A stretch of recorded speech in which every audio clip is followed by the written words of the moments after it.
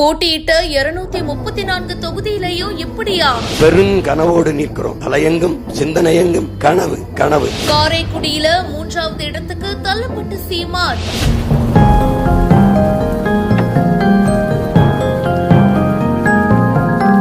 தமிழ்நாடு எலெக்ஷனை பொறுத்த வரைக்கும் இன்னைக்கு எலெக்ஷன் ரிசல்ட் வெளியாக போது தாவேகா தொடர்ந்து பல இடங்கள்ல முன்னிலை வகிக்கிறாங்க. 234 தொகுதியிலையும் போட்டியிட்ட நாம் தமிழர் கட்சி பின்னடைவு சந்திச்சிருக்காங்க.